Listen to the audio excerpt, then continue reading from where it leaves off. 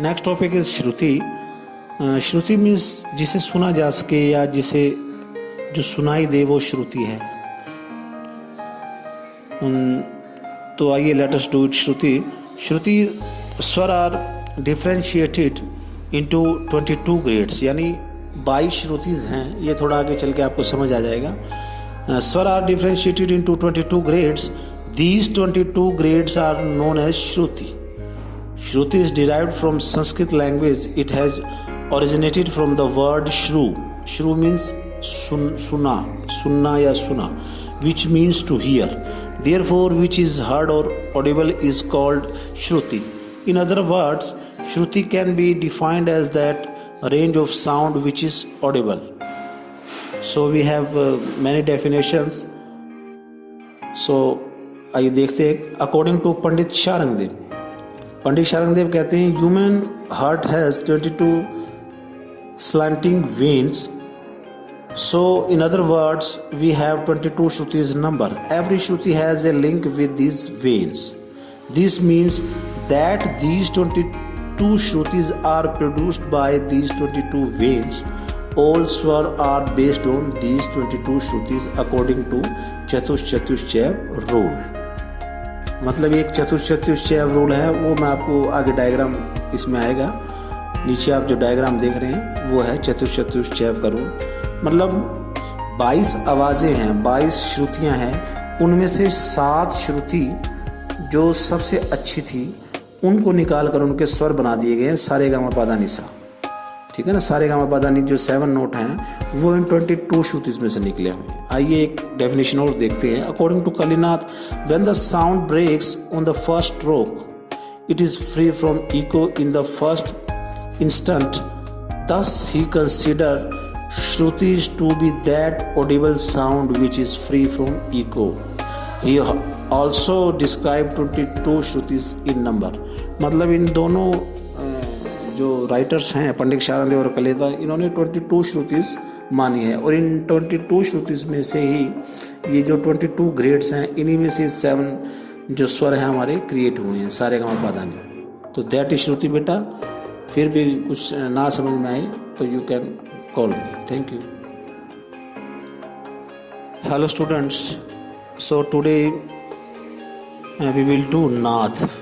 नाद is a short note for 2 marks in exam. So let us do it. नाद बेटा, नाद means sound. मतलब जो आपको सुनाई दे वो नाद है। In general language the meaning of नाद is sound which we can hear, but in music मतलब जनरल लैंग्वेज में तो जो आपको सुने वो नाद है, बट इन म्यूजिक में नाद क्या है? Sound which has fixed vibration and soothing two years is called नाद. नाद is the basic element of music structure. नाद is sense of music means जिसकी फिक्स्ड वाइब्रेशन हो या जो कानों को सुनने में अच्छा लगे म्यूजिक में, वो म्यूजिक के अंदर उसको नाद कहेंगे जिसकी फिक्स्ड वाइब्रेशन है. So we have one more definition according to Pandit Sharangdev. Nad is a sound on which the whole world is based. मतलब उन्होंने तो इतनी बड़ी बात बोल दी कि नाद इज ए साउंड, मतलब नाद एक ऐसी आवाज है on which the whole world is based. He describes it as, उन्होंने इस तरह से इसको डिस्क्राइब किया. Naad makes the letters of the alphabet, the letters of the alphabet from words and words create sentence which is the basic of communication and sound controls human behaviour.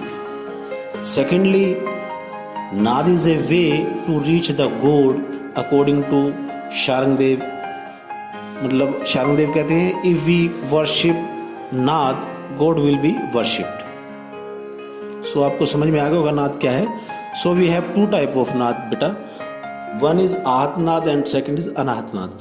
आहत नाद मतलब aahat is the word of Hindi language the mean struck. मतलब कोई भी आप किसी चीज़ से टकराते हैं या क्लैप करते हैं तो वो आह नाद है. मतलब आह नाद जो आवाज़ को पैदा किया जाए. ठीक है ना.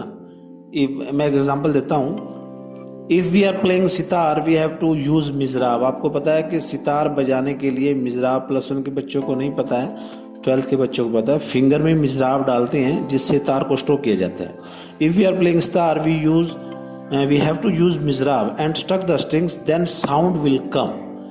मतलब जब जो साउंड आएगी उसको हम आहत नाद कहेंगे, क्योंकि वो स्ट्रोक से क्रिएट की गई है, इसीलिए उसे आहत नाद कहते हैं। That which is produced by regular and fixed vibration is called music naad, and which is produced by unfixed vibration is called unmusical naad.